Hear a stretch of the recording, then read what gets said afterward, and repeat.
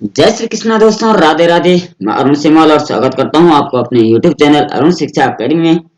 दोस्तों, आज हिंदी के सेक्शन में हम सातवां सीरीज हमारी चल रही है और ये हिंदी के महत्वपूर्ण प्रश्न लेकर हम आ रहे हैं जो अमूमन हर परीक्षाओं के लिए विशेष लाभकारी सिद्ध होते हैं। ठीक है ना, ये प्रीवियस क्वेश्चन पेपर भी दिए गए हैं, अमूमन हर परीक्षाओं में दिए गए। ठीक है, आप इन प्रश्नों को याद कीजिए और ये आपके लिए एक अच्छा अंक प्राप्त करने के लिए हो सकता है।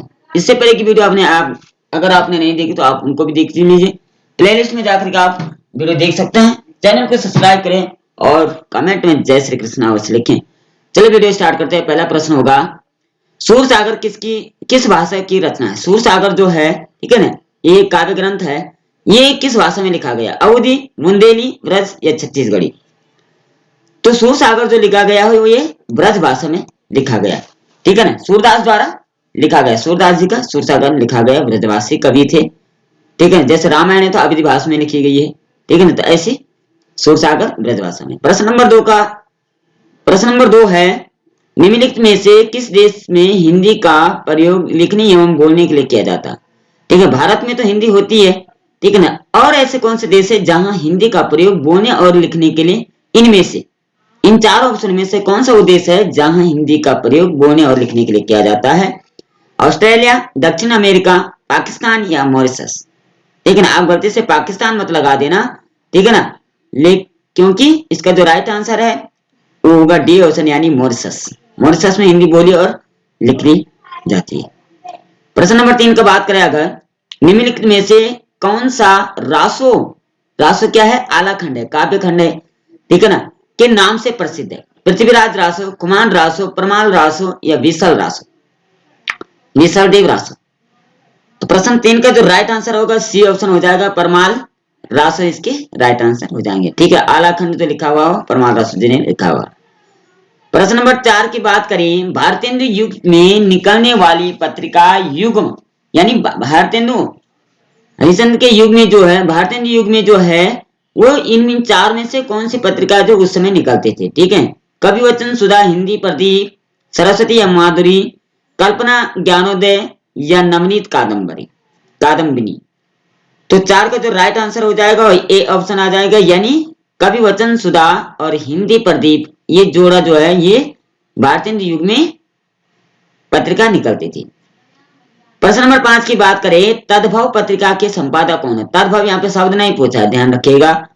तद्भव नाम की एक पत्रिका है, उसके संपादक का नाम क्या है? लीलाधर, विश्वनाथ प्रसाद तिवारी, हरि प्रकाश उपाध्याय या अखिलेश? तो 5 का जो राइट आंसर हो जाएगा वह होगा डी ऑप्शन, यानी अखिलेश जी ने इस पत्रिका को संपादक किया है। ठीक है, प्रश्न नंबर 6 की बात करें, यहाँ पर हिंदी भाषा का प्रथम प्रमाणिक ग्रंथ कौन सा है? हिंदी का जो पहला प्रमाणिक ग्रंथ है वो कौन सा है? रामलला नछाऊ, ये पृथ्वी लिखा गया, यहाँ पर पृथ्वी होना था, ठीक है ना, पृथ्वीराज रासो, आला या सतसई? 6 का जो राइट आंसर हो जाएगा वो बी ऑप्शन आ जाएगा, यानी पृथ्वीराज रासो। ठीक है ना। बात करें प्रश्न नंबर 7 की, हिंदी भाषा की कितनी विख्यात बोलियां हैं? ठीक है, कितनी विख्यात यानी प्रसिद्ध बोलियां हैं? हिंदी भाषा की कितनी प्रसिद्ध बोलियां हैं? 10, 8, 4 या 5? 7 का जो राइट आंसर हो जाएगा सी ऑप्शन आ जाएगा, 5 जो है हिंदी भाषा की प्रसिद्ध बोलियां हैं। ठीक है ना। प्रश्न नंबर 8 की बात करें, निम्नलिखित में से कौन सा हिंदी साहित्य का काल विभाजन है? ठीक है, काल विभाजन किया गया है हिंदी साहित्य का, इनमें से कौन सा काल विभाजन है? नहीं है, नहीं पूछा है, काल विभाजन नहीं है। भक्ति काल, रीति काल, आधुनिक काल। तो आप याद रखिएगा, भक्ति काल भी है, रीति काल भी है, आधुनिक काल भी है, लेकिन संयुक्त कोई काल नहीं है। ठीक है, ये इसमें सही आंसर नहीं जाए क्योंकि संयुक्त काल विभाजन नहीं है। प्रश्न नंबर 9 की बात करें, यहाँ पर निम्नलिखित में से किसको साहित्य अकादमी पुरस्कार मिला? ठीक है ना, इन 4 ऑप्शन में से कौन से है वो जिनको साहित्य अकादमी पुरस्कार मिला है? A Namvar Singh, B Premchand, C Bharatendu Harishchandra, D Suryakant Tripathi Nirala? तो 9 का जो राइट आंसर हो जाएगा ए ऑप्शन आ जाएगा, नामवर सिंह जो को साहित्य अकादमी पुरस्कार मिला हुआ। प्रश्न नंबर 10 पे चलते हैं। निम्नलिखित में से कौन अष्टछाप का कवि है? अष्टछाप इनमें 8 कवियों का उल्लेख है। उनमें इनमें से कौन से वो कवि हैं जो अष्टछाप में गिने जाते हैं? मीराबाई, दूर, सूरदास, रसखान या विद्यापति। तो 10 का जो राइट आंसर हो जाएगा वो बी ऑप्शन आ जाएगा, यानी सूरदास जो है ये अष्टछाप के कवियों में गिने जाते हैं। प्रश्न नंबर 11 की बात करें, इनमें से कौन भक्तिकालीन कवि नहीं है? ठीक है, भक्तिकालीन जो कवि है इनमें से कौन नहीं है इन 4 ऑप्शन में? सूरदास, कबीरदास, तुलसीदास, बिहारी। तो 11 को जो राइट आंसर हो जाएगा डी ऑप्शन आ जाएगा। ठीक है ना, ये बिहारी जी जो है ये भक्ति काल के कवि नहीं है। ठीक है ना, सूरदास जो है कृष्ण भक्ति शाखा के कवि है, कबीरदास जो है निर्गुण भक्ति शाखा के कवि है, तुलसीदास जो है वो राम भक्ति शाखा के कवि है, लेकिन बिहारी जी किसी भक्तिकालीन के कवि नहीं है। प्रश्न नंबर 12 की बात करें, यहाँ पर सुमित्रानंद पंत को किस कृति पर ज्ञानपीठ पुरस्कार मिला? ज्ञानपीठ पुरस्कार जो मिला है सुमित्रानंदन पंत को, जो उत्तराखंड के रहने वाले हैं, उनको किस क्षेत्र में किस काव्य के लिए मिला? लोकायतन, युगवाणी, चिदम्बरा या स्वर्णदोली। तो 12 का जो राइट आंसर हो जाएगा वो सी ऑप्शन आ जाएगा, चिदम्बरा के लिए इन्हें साहित्य अकादमी ज्ञानपीठ पुरस्कार मिला है। ठीक है ना, ज्ञानपीठ पुरस्कार उनको मिला है। प्रश्न नंबर 13 की बात करें, ब्रज भाषा का विकास किस अपभ्रंश से हुआ है? ब्रज जो भाषा है उसका किस अपभ्रंश से हुआ है? पैशाची, मागधी, अर्धमागधी या सौरसेनी।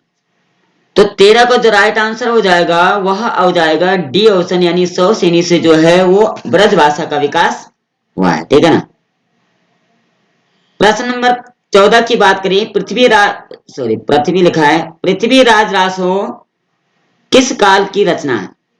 पृथ्वीराज रासो, ठीक है, ये लेखक भी है एक, लेकिन एक रचना भी है। ये किस काल की रचना? आदिकाल, रीतिकाल, भक्तिकाल या आधुनिक काल।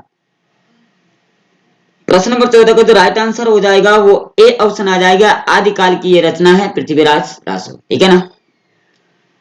प्रश्न नंबर 15 की बात करें, यहाँ पर भारतवर्ष के लिए हिंदी भाषा का नाम सबसे पहले किसने सुझाया? हिंदी भाषा का जो नाम दिया वो किसने सबसे पहले दिया? रविन्द्रनाथ ठाकुर, मदन मोहन मालवीय, राजा राम मोहन राय या महात्मा गांधी। तो ये जो दिया था इसका राइट आंसर ए ऑप्शन आ जाएगा, यानी रविन्द्रनाथ ठाकुर, यानी रविन्द्रनाथ टैगोर भी इनको कहते हैं। ठीक है ना, इन्होंने ये दिया था। ठीक है। प्रश्न नंबर 16 की बात करें, यहाँ पर मर्यादा किस युग की पत्रिका, प्रसिद्ध पत्रिका है?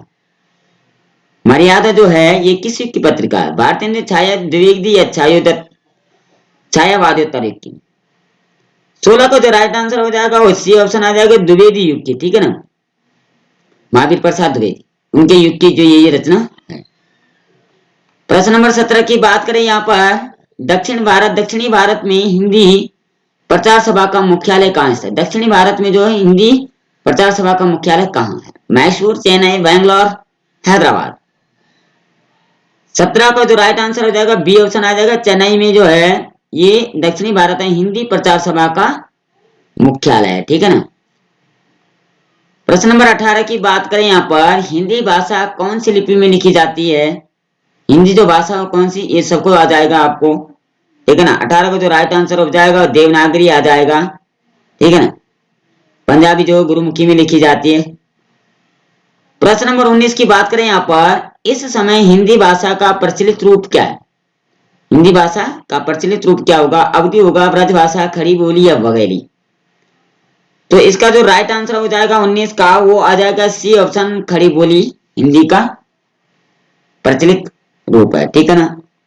आज का आखिरी और 20वां प्रश्न होगा, हिंदी भाषा का जन्म किससे हुआ है?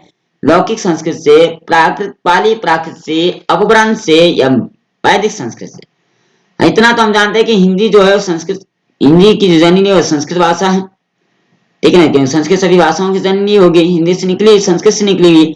तो हम इसको डायरेक्ट संस्कृत नहीं करेंगे, क्योंकि संस्कृत के बाद अपभ्रंश के बाद ऐसे उसकी रीति बनी हुई है। तो 20 का जो आ जाएगा अपभ्रंश आ गया, पाली अपभ्रंश वगैरह सब मिले हुए हैं। ठीक है, क्रम है इनका, तो अपभ्रंश से हिंदी निकली हुई है। ठीक है ना, अपभ्रंश के बाद हिंदी का नंबर आता है। तो ये कुल मिलाकर के 20 प्रश्नों का आज हमने यहाँ पर आपको बताया, बहुत ही इंपॉर्टेंट माने जाते हैं हिंदी क्षेत्र में। आप इनको रट लीजिए, याद कर लीजिए। इससे पहले कि 6 वीडियो आपने नहीं देखी तो वो भी देख लीजिए और चैनल को सब्सक्राइब करें, क्योंकि रोज रात 8 बजे हम हिंदी का सेशन लेते आते हैं। आज के लिए इतना ही। जय श्री कृष्णा, राधे राधे।